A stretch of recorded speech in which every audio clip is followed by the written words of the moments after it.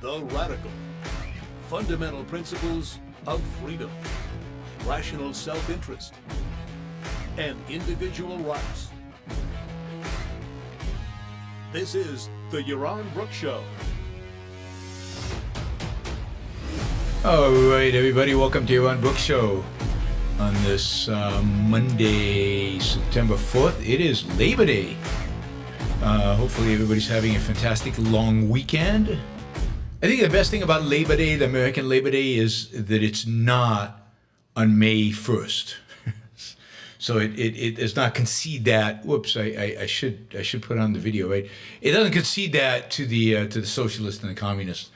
So yeah, happy Labor Days, everybody, and hopefully you're having a great time. It is unfortunately the end of summer, so which is good in Puerto Rico, although we are entering right now.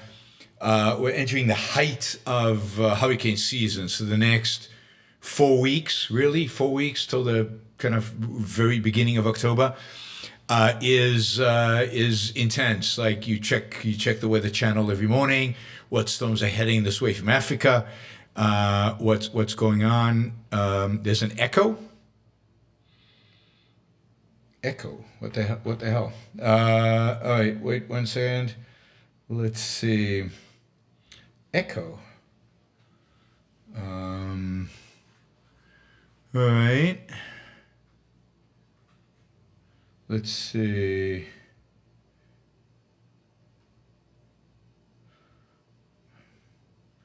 Should be an echo. All right. So what, anybody want to, it's metallic. All right, so let's do this. Tell me if that's better. Is that any better? So, or is there some kind of sound effect? A tiny echo, but there shouldn't be any echo. God. How about now? Does this make any difference? No, it's okay. Just a little reverb. What if I return it to the way it was before?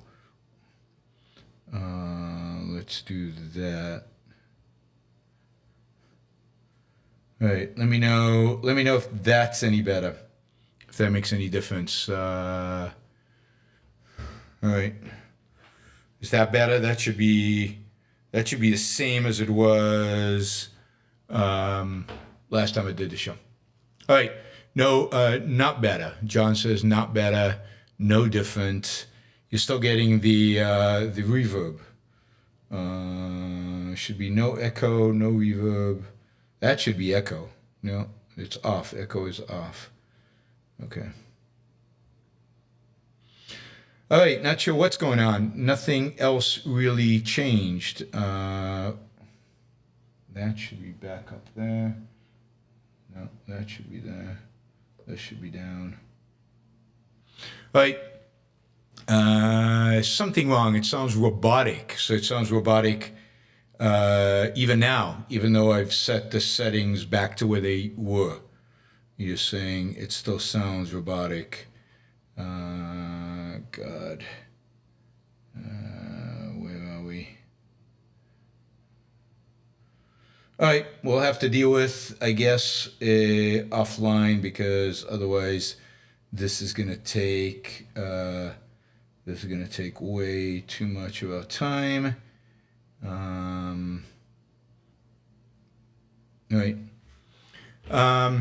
Some people are saying, Sevio says it'll fix itself. I don't think so. There's no reason for it to fix itself. But anyway, let me know if it's any better, and let me put the mic a little further away from me, and we'll just go on. Jennifer says we'll live with it, but the only way to fix it is give me as much information as as possible. All right, give me as much information as possible in terms of how it sounds. That'll give me the ability to play around with it and try to get it right. All right, Silvanos, thank you for the support. I appreciate it. Okay, what was I saying? I was saying hurricane season, watching for hurricanes pretty much every morning, and looking at the what's happening daily. There's a hurricane on its way, but it looks like it's gonna just miss Puerto Rico, so that's good. That'll be next weekend. All right. One announcement I want to make, particularly for those of you who are not in the U.S., maybe Europe or elsewhere, and that is that, let me just try this, that I'm thinking of doing a seminar on public speaking. I know there's been demand in the past for public speaking, and for me doing public speaking, and me, presenting, kind of helping you guys become better, significantly better public speakers. So I'm gonna offer to do a seminar in London on October 18th. It'll be a full day seminar. You will actually get to speak, and I will critique it, and we will.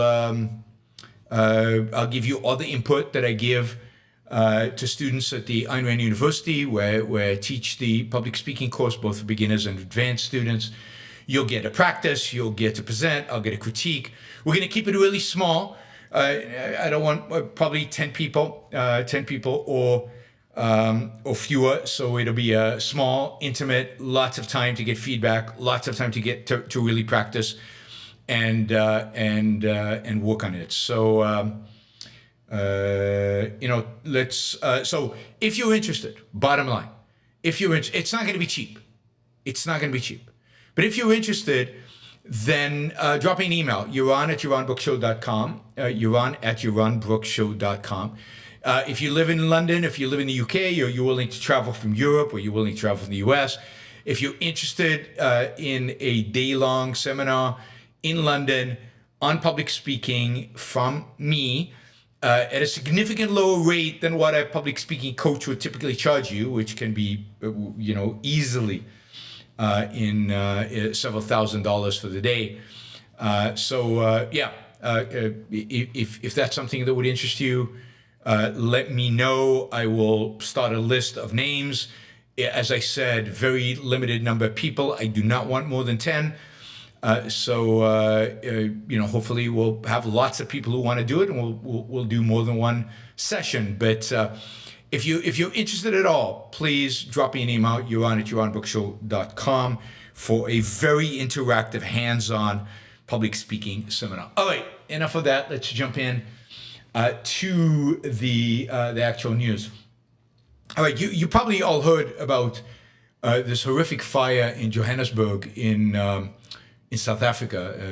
This was at the Central Business District, so in downtown, very rundown, very dilapidated, lots of abandoned buildings. In downtown Johannesburg, 76 people died, many more, dozens were injured. It basically took down one building in 80 Albert Street, wherever that is, but it's in the center of Johannesburg. A lot of the people who died, almost all the people who died, are poor.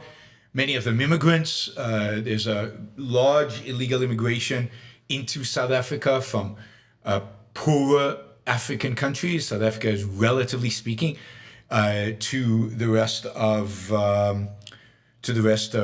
Africa, a land of opportunity. Anyway.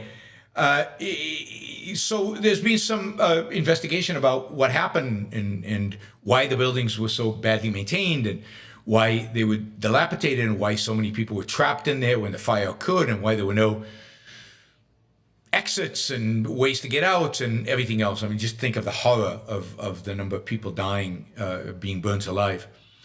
Well, it turns out that South Africa 25 years ago passed a law called the Prevention of Illegal Eviction Act. And it's pretty straightforward. It's a law that basically says you cannot remove a person from their home without a court order. And that indeed, if you do remove somebody from their home, you, the remover, are responsible for housing them, for putting them in alternative housing. Now, this, of course, makes evicting anybody super expensive because you have to find them alternative accommodation and you have to get a court order.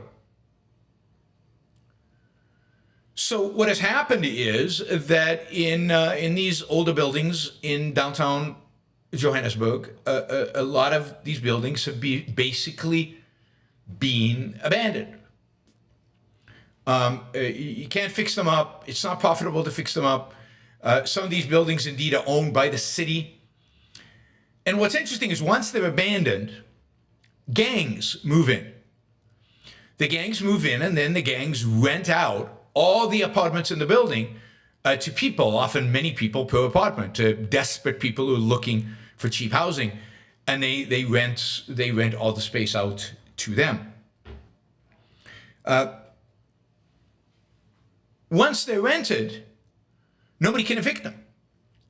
So the city can't repossess the homes. The city can't go back and take the homes, these buildings, because they can't evict the people who live there. The people who live there are paying, quote, illegal rent to the gangs, but the eviction law doesn't say you can't evict. You can evict people if they're, if they're there illegally. It just says you can't evict people. Once they're paying rent, you can't evict them. So what you have is gangs in Johannesburg taking over buildings, and there are many of these buildings now where I think there's 57. They've kind of 57 buildings that are being what's called hijacked by gangs in the inner city. They rent them out. They cannot be evicted. They cannot be cleared out of there. And the gangs maintain them. And of course, the gangs maintain them not maintained up to code. They're not maintained up to any kind of human standards. They're maintained to the lowest standards possible. There's no, these buildings are falling apart. The gangs have no incentive to invest anything in the buildings because they don't own them. And the consequences are you get thousands of people living in these complexes. And it doesn't take much for them to burn down and for a lot of people to die. So here you have a law passed, I'm sure, for so-called pretend, what do you call it? Good intentions, although I don't believe them. And these are the consequences. Maybe these are not the intended consequences, but these are the consequences that every economic text would tell you are going to arise from bills like this. Rent control, laws against eviction. Always the people who suffer the most are the people who actually have to live in these homes. So beware of rent control, beware of anti-eviction laws. They always have horrific consequences. Rarely as horrific as they are in Johannesburg, but along these lines, always.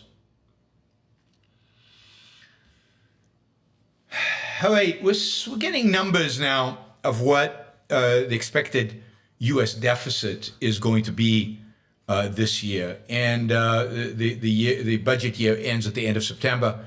So we've got a good clue on what the government deficit is going to be this year. That is the amount of money they spend minus the amount of money the government takes in. And, the economy, by standard measures, is doing quite well. Unemployment is way down.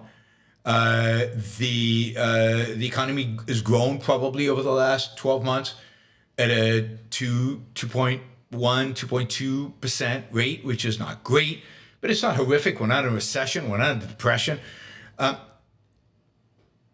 And yet, the deficit is exploding. Last year, the U.S. government ran a deficit of around $1 trillion. That is down from around $3 trillion under Trump in 2020, and $3 trillion that Biden in 2021, all generated from all the different, COVID stimuli. It was at $1 trillion in 2019 under Trump, so it was already increasing dramatically during the Trump administration. After being relatively flat under Obama, it increased dramatically in 2019. It increased a little bit in 2018, dramatically in 2019. Of course, it imploded in 2020. Anyway, so $1 trillion seems to be like, that's what it was in 2019. That's what it was in 2022. That seems to be kind of the rate for this economy in terms of deficit. And actually, given that the economy is growing, given that we're not in a recession, given that they're not massive stimuli, given that there's not a lot of increase in welfare, there's not a lot of unemployment insurance to pay out, there's not a lot of stuff that the federal government is doing in order to pay for bailouts of everybody like they do during recessions or like they did during COVID, you'd expect the government deficit to decline. And yet, well, the deficit last year was $1 trillion. This year, it's going to be $2 trillion. I'll let that sink in. In 1 year, it has doubled. This is truly unprecedented. Never seen this before. It's doubled before during war. It's doubled before during major crises like the Great Recession and like COVID. But it's never come close to doubling during relative economic growth and during, relative very, very low unemployment. So what is going on? Somebody says it was 1.4 trillion in 2022. My graph here, taken from the Committee for Responsible Federal Budget, is at right at $1 trillion. So not sure why it's at 1.4, but it may be slight differences in how it's measured. Might be, who knows, right? But this is a Committee for Responsible Federal Budget, which usually is not incentivized to show a smaller budget, but a higher one. So not sure why the discrepancy. Anyway, doubling. Now, why would it double?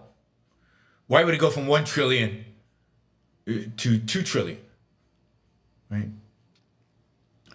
But by the way, this is fiscal year, not calendar year. Maybe that's it. I don't know. And it excludes student debt cancellation. Maybe that's the difference. The 0.4 maybe included the student debt cancellation. So this excludes the student debt cancellation for some reason. So takes out the whole issue of student debt. Why did it go from 1 trillion to 2 trillion? Well, a couple of factors are involved. One,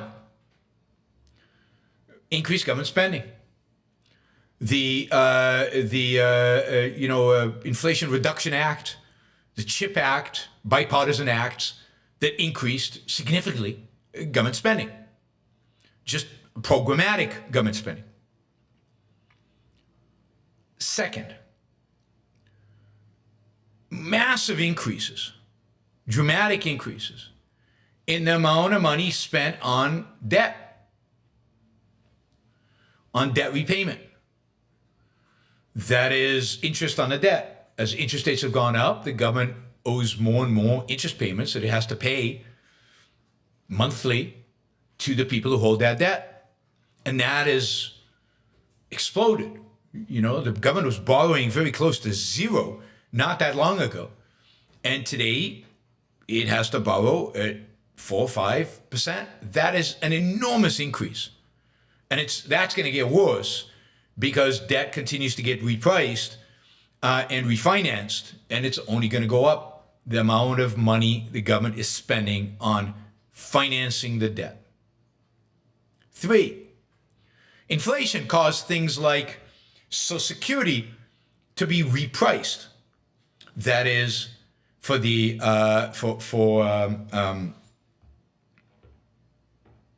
for payments for Social Security went up.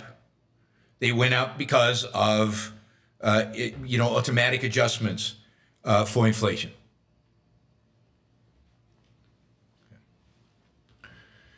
Now, that's on the spending side. On the spending side, right? If you look at the income side, and this is where it gets kind of amusing, right? Last year there was a bonanza in terms of income for the government. Why? Because there was a lot of capital gains. So there was a lot of capital gains the year before, right? In 2021, stock market went through the roof, generated a lot of capital gains income, which generated a lot of tax revenue for the government. Last year, stocks didn't go up, they went down, and as a consequence, a lot less capital gains income, and therefore, revenue down dramatically. Right. So when you have less income and more spending, you have greater deficits. Now, this is not sustainable. Now, granted, revenue might increase a little bit next year because the stock market did go up for now, but for how long? Who knows what will happen? What happens if we do get a recession and then the government starts spending money to boost the economy? Then what happens in terms of what happens in terms of the deficit?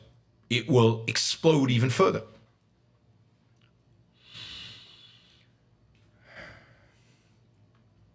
So the U.S. deficit is a disaster, getting worse, likely to get much worse. This is where one should look for real problems economically. And I just don't see anybody talking about it.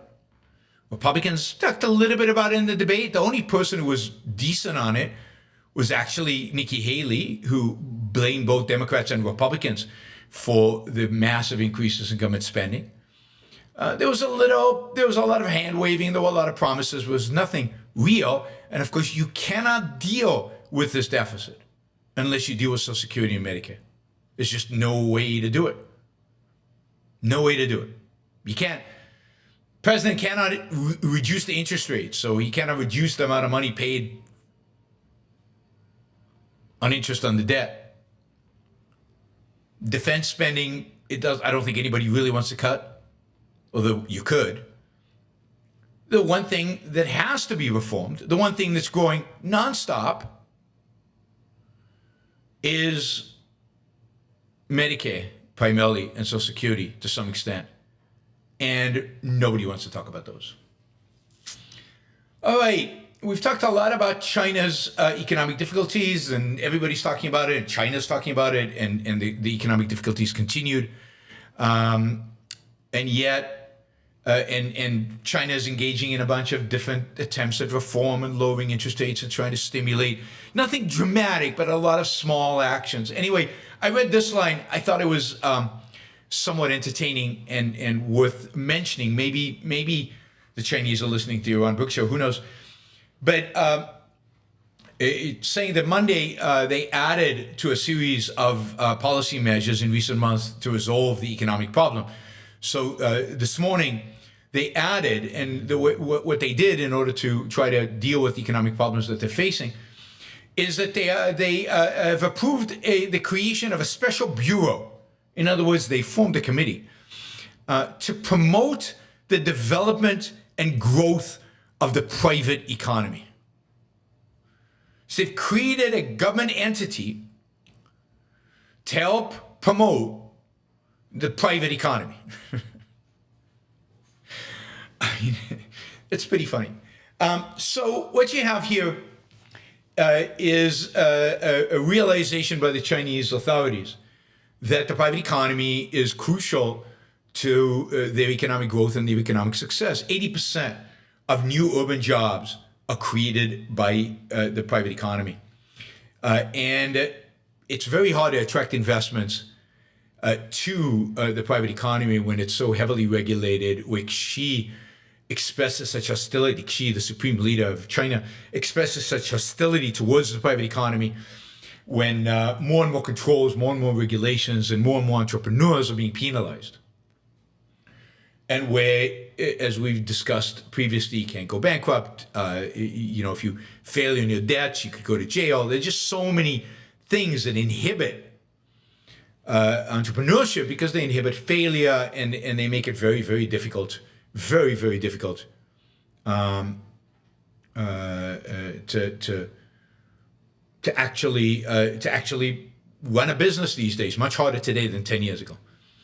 So the solution is a bureau, a government agency that's going to promote the development of growth in the private economy. You get a sense that they don't get it. They don't get it. But maybe this bureau's sole responsibility is going to be deregulate, get out of the way. Maybe that's what it's going to do. Maybe it's going to be a super agency that basically just encourages every other government agency to get out of the way. One can hope. I think praying is probably better, but probably delusional. Alex says, if I send a super chat, what are the odds Dr. Book will read it? I mean, pretty much 100%. I don't know who you are. Is there any reason to believe this is going to be bad? But I basically read all the super chats. All of them. Now, the more money you put behind it, the more earlier I read it, right? Yeah, I will read it sometime during the show. But I only do the super chats after I finish everything else. So if you want to make a comment, if you want to ask a question, the super chat is there. All right, talk about regulation and government controls and government inhibiting the economy. I came across this story in the Financial Times, which I thought was pretty funny, but quite insightful. And the headline of the story is, I think some of you will like this. Why isn't Canada an economic giant? Why isn't Canada an economic giant? Now, I know the answer to that. I think it's pretty simple and it's pretty obvious, except to people like, I don't know, who live in Canada and maybe some people like Jennifer. The reason Canada is an economic giant is it's just too cold.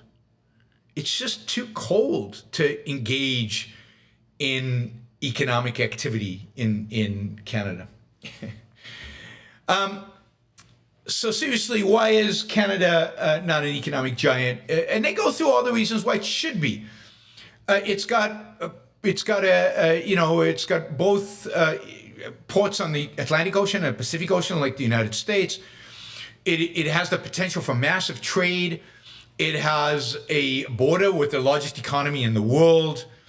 It has just an abundance of natural resources, third largest reserves of fossil fuels, but it also has a lot of things like copper and other minerals that are crucial for the whole battery alternative energy market.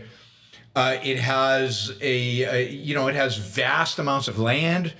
Now it does have a small population because of the cold, ultimately, but that's not an explanation, because the reality is that on a GDP per capita basis, Canada is way below the United States and actually lower than much of Europe and the UK. Really, at the heart of now, the population is an issue. And certainly a way to compensate for the other problems. And as a consequence, what you're seeing today is Canada has one of the most liberal immigration policies in the world.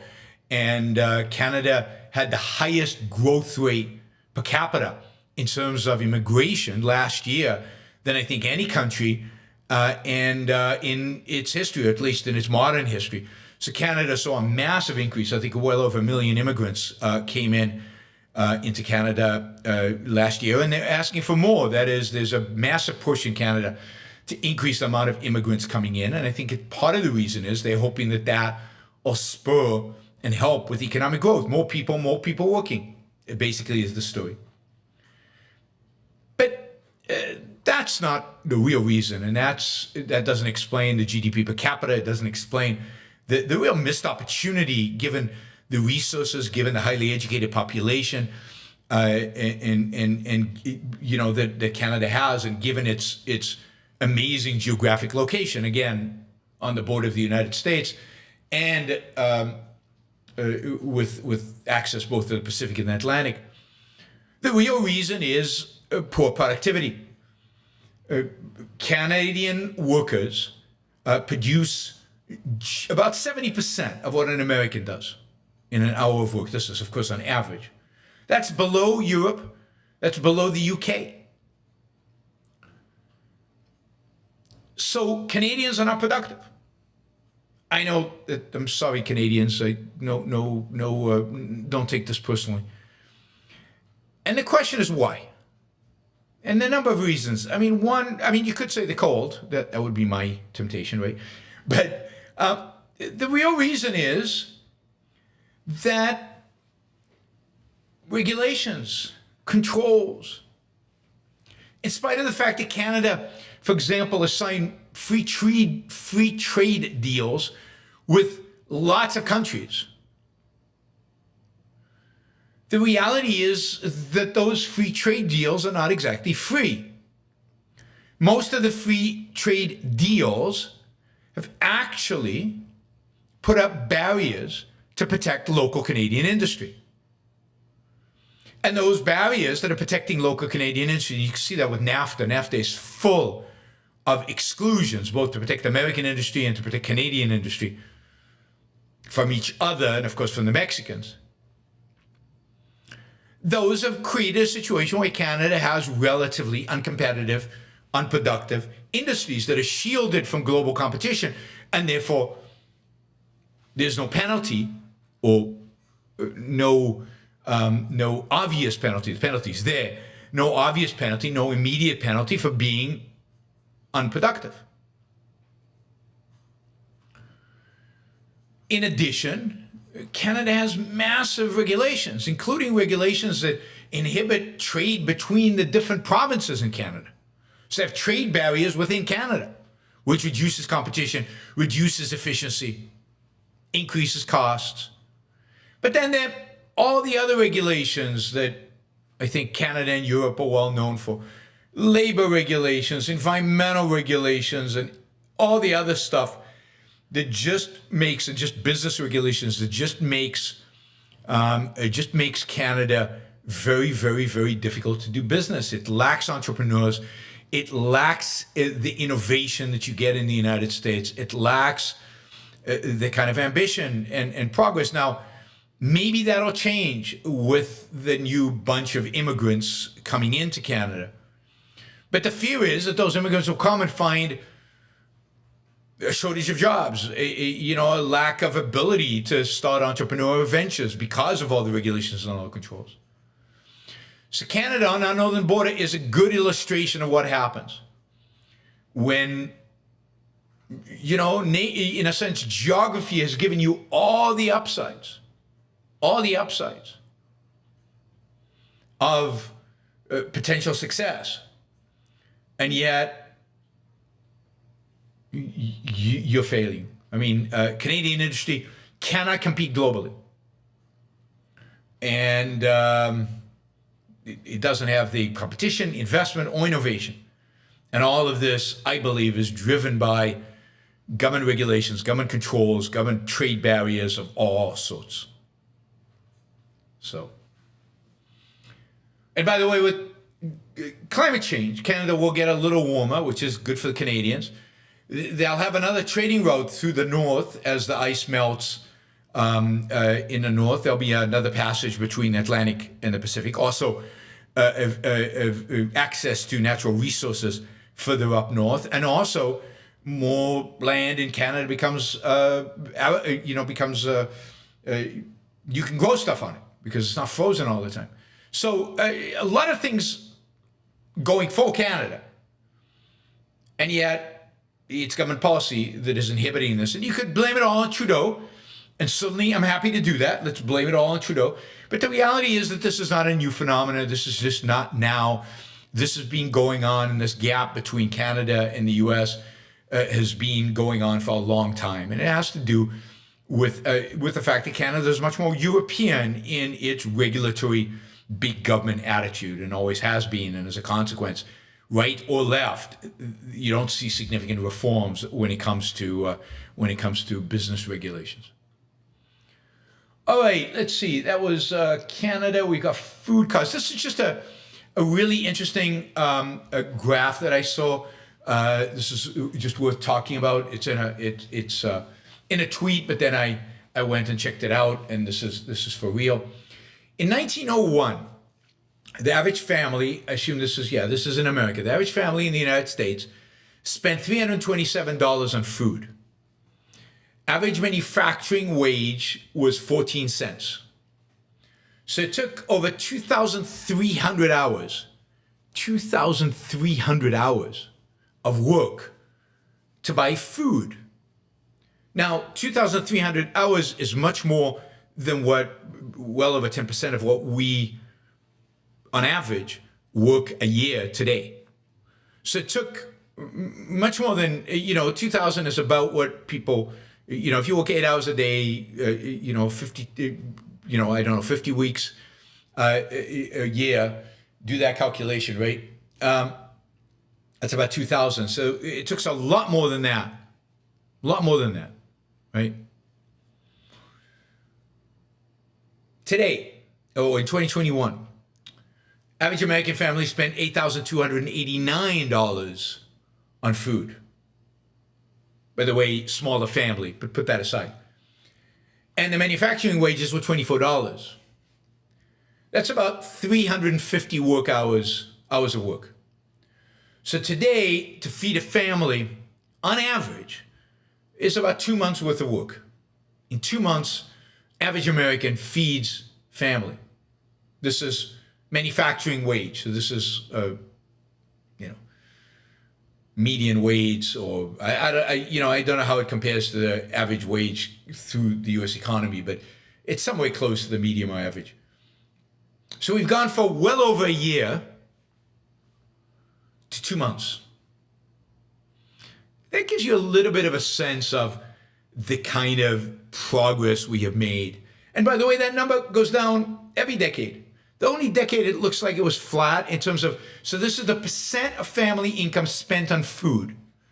In 1901, it was 44%. People worked a lot. Today it's 9%. Doesn't really add up to 2 months. Anyway, let's go with this. Assume this is... the only time where it's flat is in the 70s, 14%. And this again tells you something a little bit about the fact that, no, things are getting better in spite of the fact that everybody complains. All right. You can get a lot of this from...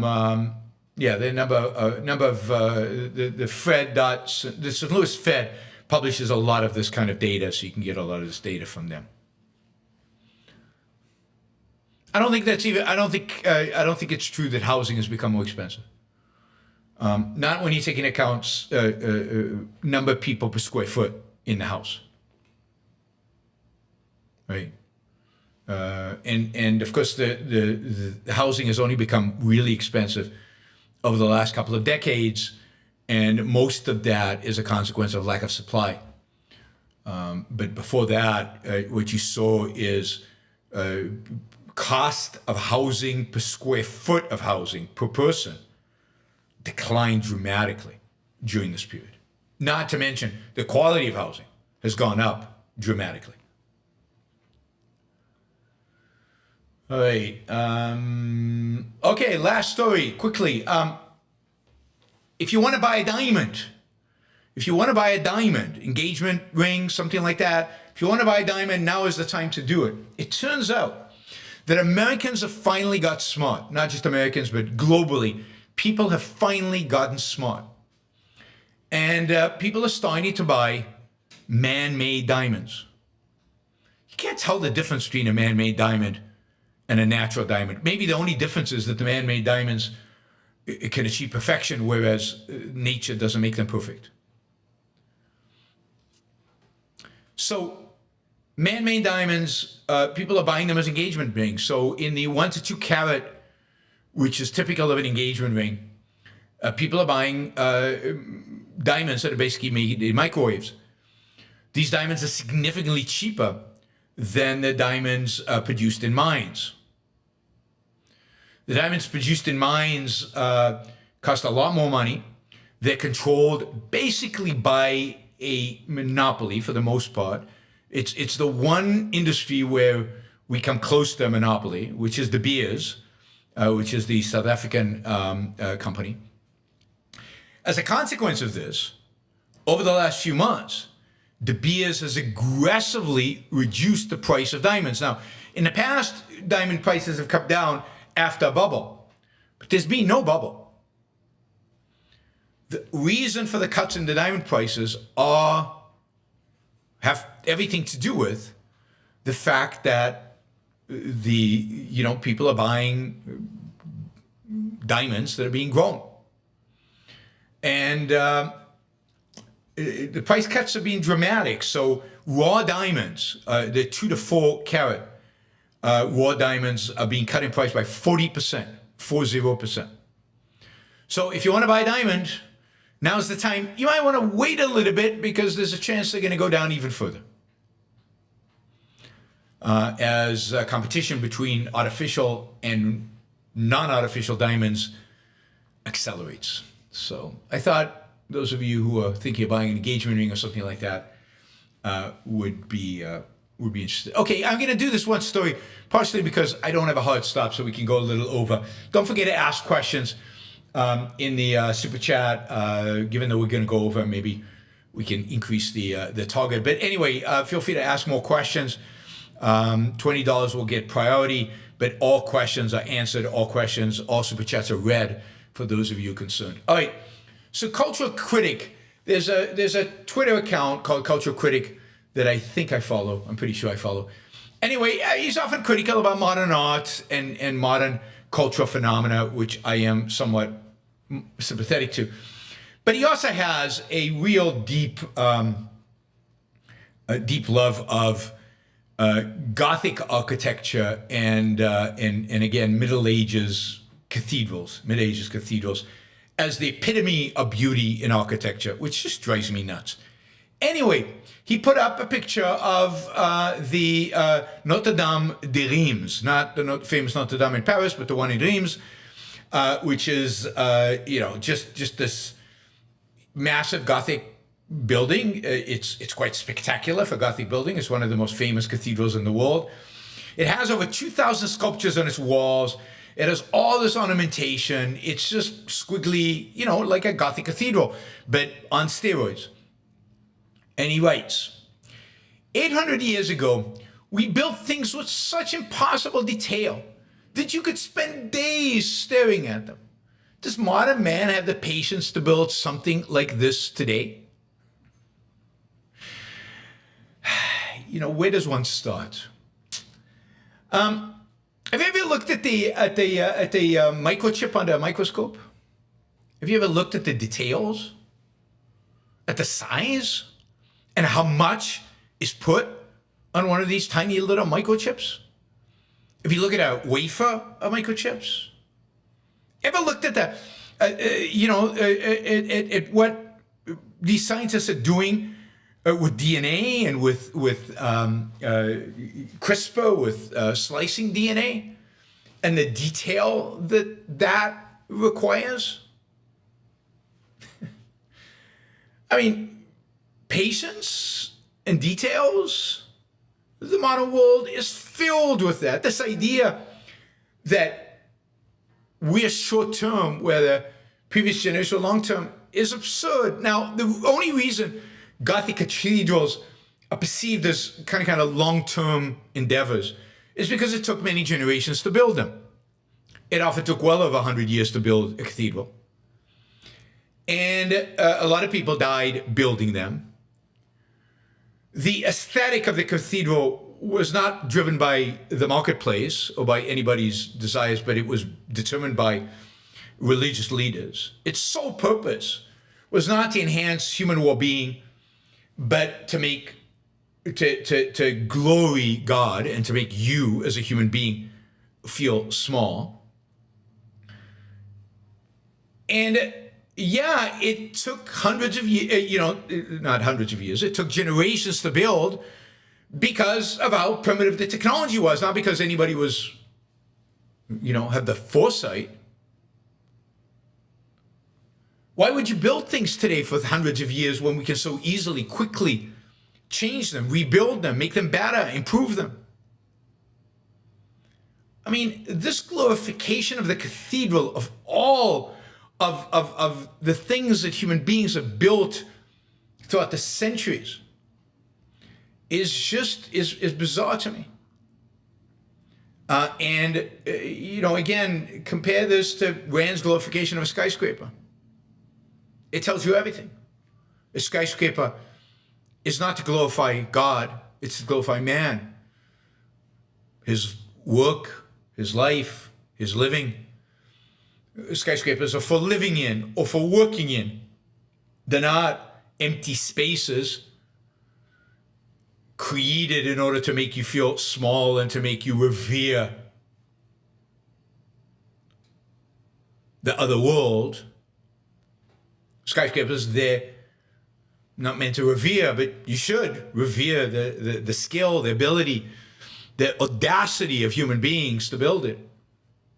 I mean, what they hate about the skyscrapers is the skyscrapers are towers of Babylon, right? Remember the story of the Tower of Babylon in the Old Testament, where they built it trying to reach the skies, and God looked at them and said, those men with hubris, they think they can match my glory. They think they can reach the sky. Who the hell do they think they are?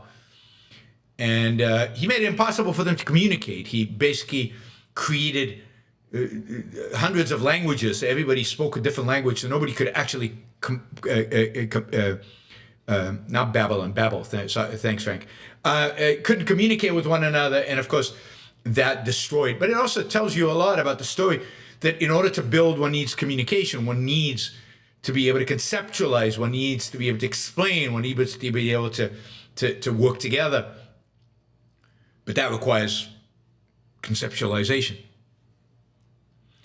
And if you think of the sculptures on these cathedrals, they're ugly. Many of them are gargoyles, but even the ones of Jesus and Mary and all of that are horrible, badly done, no respect for human anatomy, no respect for nature and reality, suffering, just horrible. Now, if you want to see a cathedral that represents this perfectly, and that is modern, that is being built today. Indeed, it is still not finished. It's being built. It's over 100 years now since it began, and it's still in the process of being built. You've got to go see Gaudi's cathedral in Barcelona, which was started over 100 years ago and is still in progress. And what Gaudi did in this cathedral is he took the Gothic and he took it to its nutty extreme. Look it up, Gaudi's cathedral. You can see pictures of it online. It is insane. It's got all kind of squiggly lines all over the place. It is the epitome of ugliness. And yes, it is massive, it is big, and lots of detail, and it's thought through. It's thought through in its ugliness. But check that out. That is to me the epitome of what this style of architecture brought into modern times would be. But here, this guy's got little snippets of the pictures of all the sculptures, parts of the 2,000 sculptures. They're now very good. Not Renaissance sculptures, anyway. All right. So a reminder, we have goals for these shows. Let's make sure September is rolling. We've got over 100 people watching the show right now, so it should be easy to get the $100 we need that was short of our goal. So please consider doing a sticker. We've had a number of stickers, or doing asking a question. It's a great way to get your questions answered. Make a comment. Use the super chat to make a comment. I read those comments. So thank you, Rand. Thank you, Stephen. And thank you, Jonathan, for the stickers. And I'm going to jump into some of the questions. We've got, we got about 8 questions. So plenty of time for you to ask yours, or make a comment, or tell me I'm full of it. Use this to express yourself. It's an opportunity. Michael, Adolf Eichman said just before he was hanged that he regretted nothing. Do you think he really believed that? I think on some level, every evil person knows they're wrong. Well, but what is... I mean, at some level, yeah, but what is that level? That level is particularly for an evil person like this, is buried deep inside of him. Because to acknowledge the kind of evil that Eichmann perpetrated, for him to acknowledge it in himself, to him to acknowledge the kind of monster that he was, he would go nuts. He would go completely crazy. I mean, think of the scene in Atlas Shrugged where James Taggart comes to that realization. And he has done nothing as compared, a fraction, as compared to what Eichmann did. And yet he goes, and I think correctly it's a novel, granted, but I think correctly he goes crazy. I don't think Eichmann could face, and therefore evades and buries as much as he can the reality of his own evil. And so while he knows deep down in some way that he is evading, he cannot face it, and he does not face it. And his whole life is miserable as a consequence, because he's constantly fighting the reality of his own self. He doesn't know himself. He is not connected to his own character, his own emotions, his own reality. He's in constant battle with himself and with the world. So he's constantly miserable. Andrew, your weekend show on Western civilization made me more rationally optimistic. One wrench country to we have time to make things better is government debt. Don't we actually have a debt crisis that rationally risks national bankruptcy? It does, but again, it seems like we somehow managed to constantly push it out into the future. I'm not saying we always will be able to, because obviously we won't always be able to. But at some point it'll happen. Exactly when is not clear. The United States has the great advantage of having the strongest currency in the world, and the fact that everybody wants to hold dollars means they all want to buy our debt, and that reduces both interest rates at home, but also provides our government with the ability to sell that debt. But and one of the things that allows us to overcome this debt is the fact that while the rest of the world economically right now is struggling, our economy is growing. It's not going fast. It's not going great. Let's not be Pollyannish about it, but it's growing. People are employed in America. And as a consequence, if they get things in line even just a little bit, then as a percent of GDP, you can get debt stabilization. It does look like in the fall we'll have a government shutdown. It does look like some Republicans are going to hold, a lot of the legislature hostage to their demands. Some of their demands around spending cuts, but most of the demands are not. That is always good. I'm thumbs up on government shutdowns. They spend less money during the shutdown. And sometimes they make it up afterwards. But there's no real harm done during the shutdown other than to convince most Americans that we can survive without the massive, bloated, ridiculous size of the American government bureaucracy. Mike says, thank you for keeping us up to date by looking deep into these stories. My pleasure. Thank you for the support. We're still about $70 short, 110 people watching. Shouldn't be that difficult to get us there. Consider doing $5 as a trade, value for value. Just with the sticker, you don't even have to ask a question if you don't want to. But just some of you doing $5 and $10, and even not all of you, would get us to our goal quite easily. Jennifer says, it's true. I assume this is about Canada. We flew over Saskatchewan. I think I got it. Saskatchewan. On the way back from Alaska, there was so much land and fresh water. Could grow lots of food there if it warmed up. Yeah, I mean, it's empty. Canada is just empty, cold space. Jennifer has a quote from us from Neil Peart. In a world where I feel so small, I can't stop thinking big. I think he meant even though we are small physically compared to the universe, our minds make us big. I mean, that's a good interpretation. It's probably what he meant, given Neil's very positive view of human ability and his very positive sense of life. That's probably what he meant. But yeah, I mean, cathedrals are there purposefully to make you look small compared to the grandeur of God. And that's an insult. And just for that, I hate it.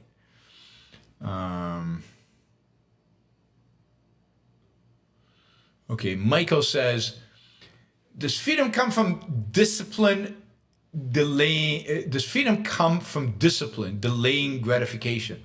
No. Why is freedom? How's freedom related to gratification?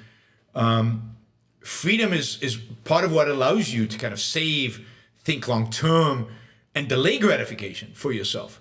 So I don't think freedom comes from that. It does come from the ability to think long term, the recognition of reason as man's means of survival, basic means of survival.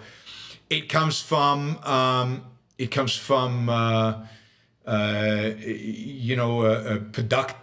It comes from the recognition of the value of the individual. It doesn't come from in and of itself delayed gratification. No. Andrew, do you think the majority of your detractors actually comprehend you and genuinely disagree or choose not to comprehend you? Doesn't that distinction make for moral judgment? Yes, I mean, they don't comprehend me, and you know they don't comprehend me, or they purposefully choose not to comprehend me because they've put my ideas into a particular box. And again, I don't want to generalize here. There's certainly people who disagree with me because they disagree, because they're mistaken about certain facts. There's some people who disagree with me because they're still new and they're still trying to figure it all out, and they, again, different context. There's some people who disagree with me because they have very fundamentally different philosophical context, and so. But there's some people who disagree with me, particularly those people who call themselves objectivists who disagree with me, who have some disagreement that's based, I think, primarily on the emotion of things, that has to do with, where they've put my views in some kind of a box that they can neatly deal with, and then they don't actually hear what I say. They're not interested in what I actually think and what I actually say, and they can't. They refuse to comprehend any subtlety in argument. They refuse to comprehend the fact that I've answered their questions. Think about the people who keep saying, well, if you're for immigration, why not in Israel? Why don't we have mass migration in Israel? Why don't you support that, Johan? Like, as if I haven't answered that question like 55 times. I mean, you'd have to be pretty ignorant of my views not to have seen me, or of me not to have seen me answer that question over and over and over again. So that's one example, but there are lots of it. Calling me a leftist, or when, because I disagree with their support for the crazy right, or all kinds of stuff like that. Yeah, and to do that, unless they're really innocent, they're brand new, they've never heard anything I've said, and now they're asking about Israel because they're really intrigued. That's not almost ever the case. But yeah, they're being dishonest. They don't want to actually deal with the issues. They don't want to actually engage with the content. They don't want to actually engage with my criticism. They just want to lash out, right? James, $200. Thank you. Really appreciate it. Let's see. I did not send a PayPal. Thank you for answering my question. Along those lines of the question, how do you view Singapore versus London? I have an opportunity to do business in both, and I am weighing the two choices. Also, how do you think Southeast Asia will counter China economically? So, I mean, Singapore is an amazing place. It's beautiful. It's unbelievably safe. It's clean. It's got amazing architecture. Talk about architecture. Talk about ambition in architecture. It's truly an exciting place. It's overly regulated, overly controlled, overly centrally planned in certain realms, in certain areas of life. Singapore very much has the attitude of nudging people to do the right thing, not coercing them explicitly, but nudging them, which is often coercion, but doesn't appear quite as bluntly as coercive. London is more of a free fall.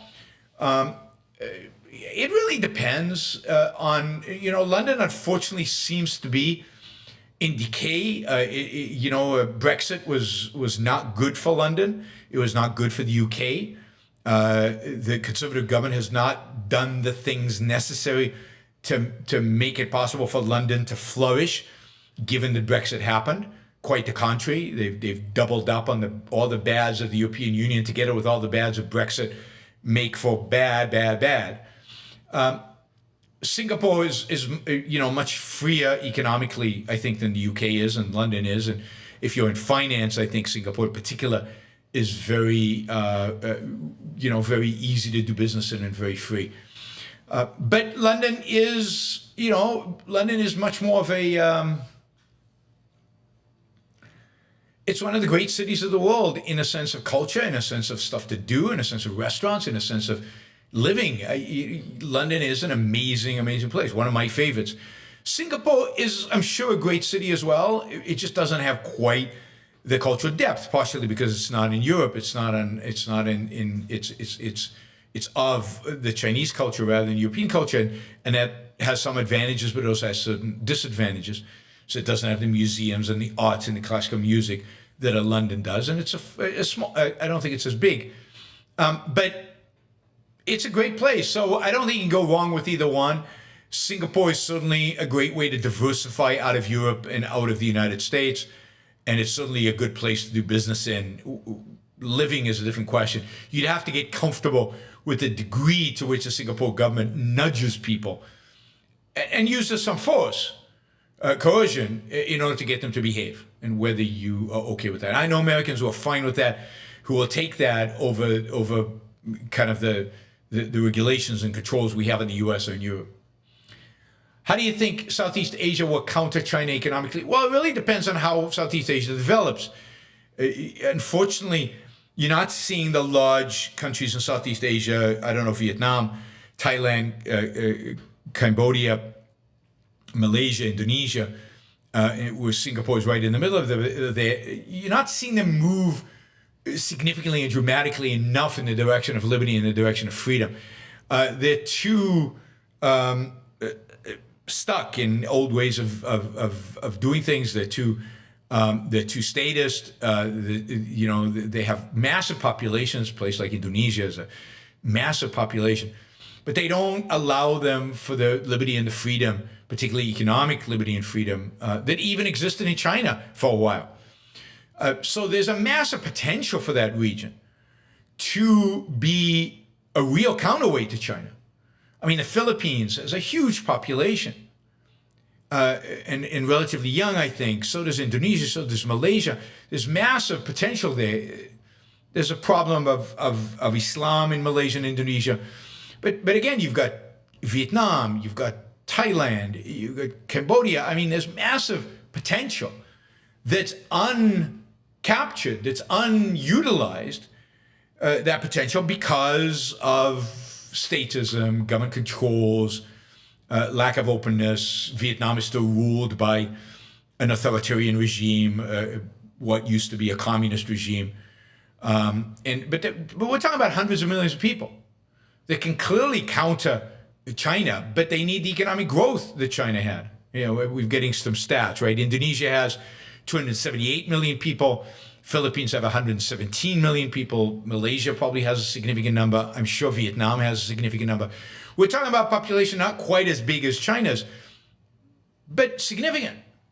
And if they had, many of these countries have some political liberty, certainly Thailand, certainly to some extent Malaysia, Indonesia, and Philippines. What they need is economic liberty. What they need is economic opportunities. And if they do, I think a lot of countries, a lot of companies like American companies are looking for places to outsource, to move their factories out of China into these locations where they can, where they can have more political freedom, where that, and they're not in a place that is under the boot of the Chinese government and in the face of a Cold War with the United States. So, imagine if all these countries united in a free trade zone that also then reduced regulations, reduced controls, and encouraged entrepreneurship and, encouraged people to get rich. Malaysia has 34 million. So you're adding up, just there you've got Indonesia, Philippines, Malaysia, and Vietnam. You've probably got 500 million people. 500 million people is a lot of people. That's a lot of people, right? So maybe it's 450 million. Maybe I'm not doing the math right. 450 million is still a lot of people. And if you add Thailand, Cambodia, which are smaller countries, into the mix, and we haven't even gone to South Korea and Taiwan and Japan, which I consider all part of Southeast Asia. You've got a massive economic powerhouse. Massive economic powers to stand up for China. But for that, they need economic freedom. And then they need capital investment. Right? All right. Thank you, James. One more thing I want to say about this is that the United States missed an unbelievable opportunity in Trump's first few months when he should have and could have signed the Trans-Pacific TPP, Trans-Pacific Partnership Trade Agreement, which was not perfect, not ideal, not pure free trade, but went a long way towards free trade, lowering tariffs, lowering restrictions, and at the same time would have significantly improved the relationship between the United States and all these Pacific countries. And the one party that was not party to the TPP was China. So it would have created a Pacific bloc of America, even Latin America, into New Zealand, Australia, and all these East Asia countries that we talked about as a bloc versus China. And the United States chose not to participate because Donald Trump is against trade, is anti-trade. Another of the many reasons why I am so anti-Trump. Again, not a perfect treaty, not a perfect deal, but better than nothing. Better than nothing. Small movements towards greater freedom, small movements towards greater liberty are worth taking. And this would have been a small step towards more free trade. More free trade is liberty and freedom, is part of what liberty and freedom means. All right, Shazba wants me to review a TV show. So now we have two Shazba TV shows that I'm in hock for reviewing, and we will I have to get right on top of that. And this is from the TV series Community, which I've watched a few episodes, not many, but a few, and it was entertaining. But I guess now I'm going to watch another one. So this is season 2, episode 14, Advanced Dungeons and Dragons. We'll do that. Thank you, Shazbot. Really, really appreciate the support. Wow, I mean, we have, primarily because of Shazbot and James, we're basically beaten out our regular target of 650 for an evening show. But of course, this show at this rate is going to be as long as our evening shows. We're already at 1 hour and 10 minutes. All right, Liam. Oh, let me just remind everybody, because I've got a lot of people on listening right now. Let me just say something I said earlier on. I am I'm planning on doing a seminar, small group, 10 people, lots of intensive work, lots of attention, a full day seminar on public speaking. So how to be a good public speaking, how to improve your public speaking ability. I'm thinking of doing this in London on October 18th. It'll be, I think it's a Wednesday. It'll be a full day. Working out the details still. It's not going to be cheap because it's only 10 people and it's a full day of my time. But you'll get a lot of attention. I guarantee that it will give you a significant, whatever level of public speaking you are, it will significantly give you a bump up in public speaking. If you, admire in one way or another my ability to speak in public forums, my ability to speak here constantly, then you've probably got something you could learn. It'll be in London, October 18th. So this is primarily Europeans and Brits. But if you want to come from the US, come on over and participate and enjoy. So that would be, it's going to be fun. You're going to get a lot of personal attention. And first 10 people who sign up will be in, right? So in order to sign up, or at least in terms of let me know that you're interested, email me at yaronbookshow.com, yaron@yaronbookshow.com. The quicker you do it, the sooner I will commit to actually doing this seminar, and the sooner you do it, you'll be guaranteed a spot in the thing. We're going for 10 people, October 18th, London, public speaking seminar, never been done before, live, in person, on a stage. All right. Liam asks, email me, yaron@yaronbookshow.com. Please do not start taking live calls going forward. It will ruin the show with stupid people like Scott and other trolls clogging up the line. Maybe they'll be too cowardly to call. That doodle bunny seems, I can't even get my sound right when only I'm speaking. To have now a call in, God, I can just imagine. All right. The doodle bunny.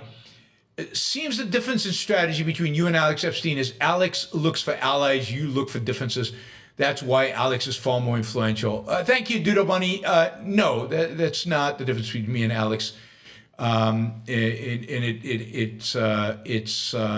I encourage you. What I suggest you do, because I should answer this. What I suggest you do is ask Alex why he thinks there's a difference in strategy. And I think he'll give you the right answer. And that is that Alex can stay narrowly focused on one issue, one industry, one issue. He's very good at what he does. I'm not saying he's not better than me in some things. I'm sure he is. I know he is. But he stays very, very focused. Alex can give advice to Vivek, and because he's only focused on one issue, even as he disagrees with Vivek on other issues. But Vivek's not going to ask him about that. And if he does, Alex would probably tell him. But Alex is just one issue. And it's a broad issue. It's an important issue. It's a crucial issue. And he sneaks in a lot of implicit philosophy into that issue. And it's crucial what he does. We just need 1,000 or 100 Alexes to really change the world. Right? I'd also add, just for the hell of it, I'll just add this. One of the reasons I think maybe I'm more influential than Alex is my influence on Alex. Would we have an Alex today? Would Alex be doing what he's doing today if not for me? I mean, Alex would still be brilliant and still be doing something. Would he be doing this if not for me? Ask Alex. But yeah, I cover everything. Oh, by the way, Alex wanted me to tell you guys.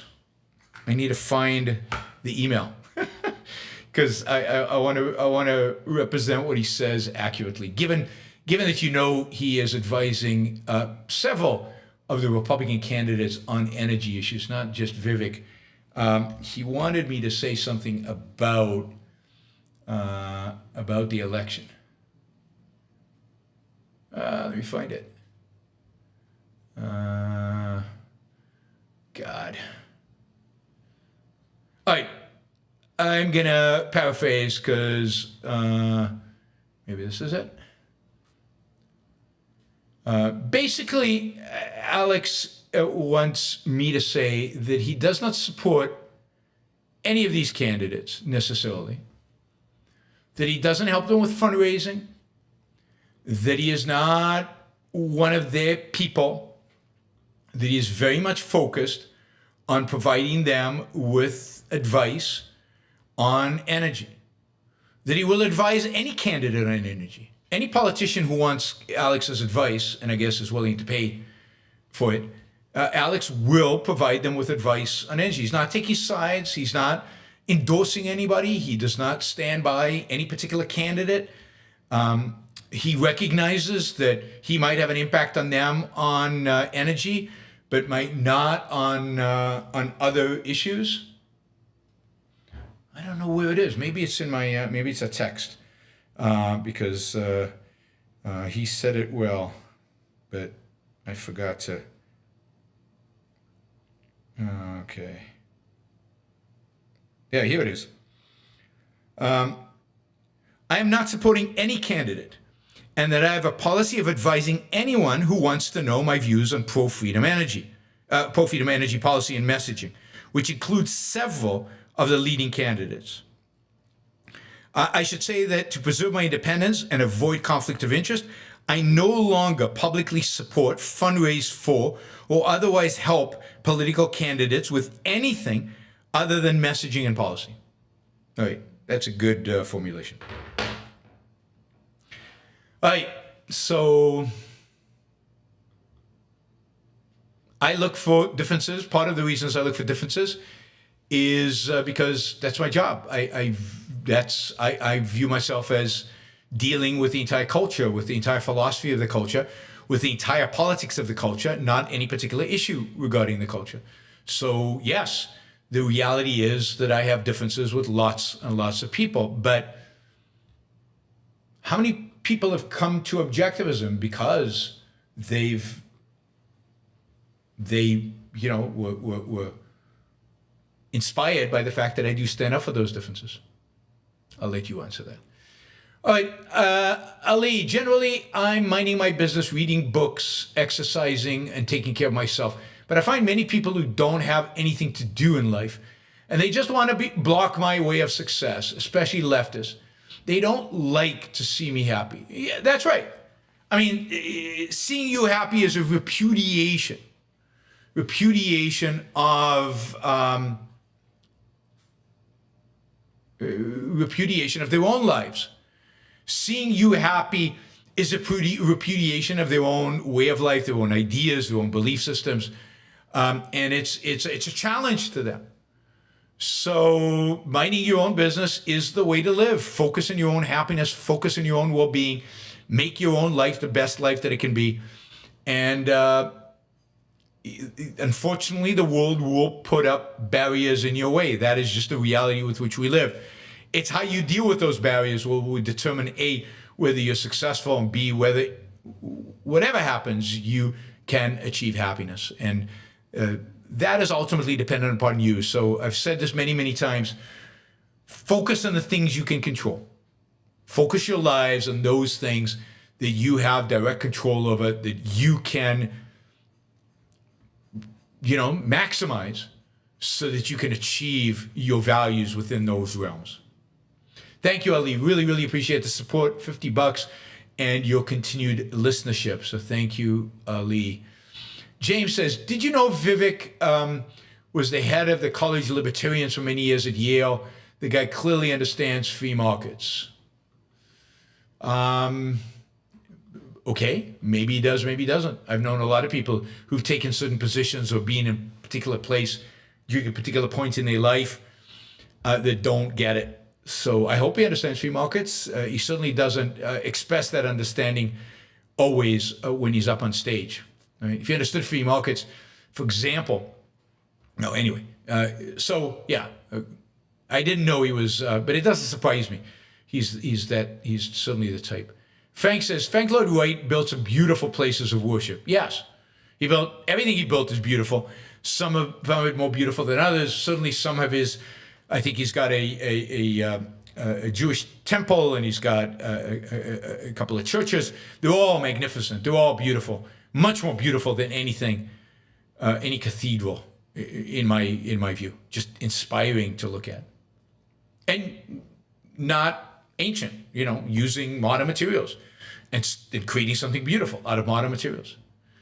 Shay says, given that we have holiday anyway, what should we be celebrating the first Monday in September? I mean, it is Labor Day, so you should be celebrating your own labor, your own ability to work, your own ability to produce, your love of production, your love of your career, focus on that career, your mind, and everything that production necessitates. And of course, it's worth celebrating not just your own productive ability, but celebrate the fact that you live in a country that's incredibly productive. And therefore, you're living at an incredible standard of living, which enhances your ability to produce and build and create. So, yeah, I mean, that's what every holiday should be about. It should be about celebrating how wonderful life in this particular world is. Spend the rest of the year complaining about all the problems of the existing world.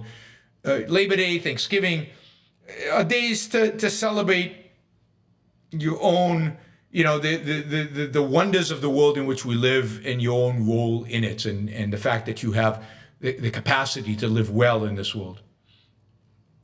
Daniel says, do you think creative people can be predisposed to being depressed because they're good at imagining an unrealistic world?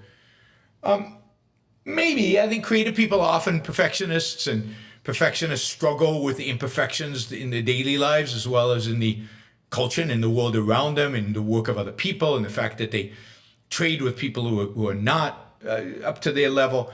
I think creative people have a hard time because of that sense of perfectionism, the ability to imagine what could be and what is possible, and the fact that it's not. So yeah, I think creativity is, it's something that you have to overcome, because you can't let that pull you down. Life is too short for it. Tessa, why is Europe less religious than the United States? My Danish friends say they have it so good they don't need God.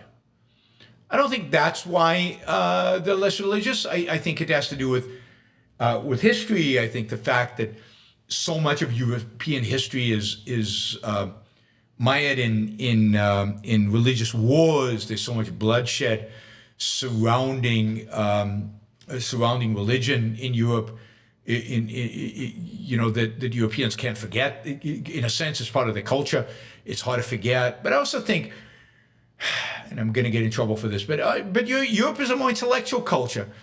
It's generally a culture that reads more, particularly philosophy and intellectual content, and therefore it takes arguments against religion, against God, more seriously. So Europe spent the 18th, 19th, and 20th century being, fighting against religion and turning its back against religion. And America maybe spent the 18th century with that, and then the 19th century they were too busy building and creating stuff, but I don't think they ever turned towards intellectual pursuits and towards the rejecting religion per se. They kept it going, and in spite of the religion, they succeeded. And sometimes they, in America, they attributed that success to religion. Somehow religion stayed, maybe it's the fragmentation of religion. I've heard theories about, in America, because of separation of state and church, religion is super fragmented. Maybe that fragmentation and competition have led to its greater resilience in the United States than in Europe, where religion was much more centralized. Daniel, you should have Keith Lockitch on. Your audience could use someone to explain physics to them. Let's get lots of super chats. Thank you, Daniel. Yeah, I should have Keith on. I'll talk to Keith about coming on. All right, everybody. Thank you. Thanks to all the super chatters. We did phenomenal today. Really, really appreciate it. And thanks to all the listeners. We had a great attendance today as well. And let's see. I will be back on tomorrow with another news roundup, and then tomorrow evening with an evening show. So I will see you tomorrow. Have a fantastic day. Bye, everybody. Oh, and don't forget that public speaking seminar thing, and please email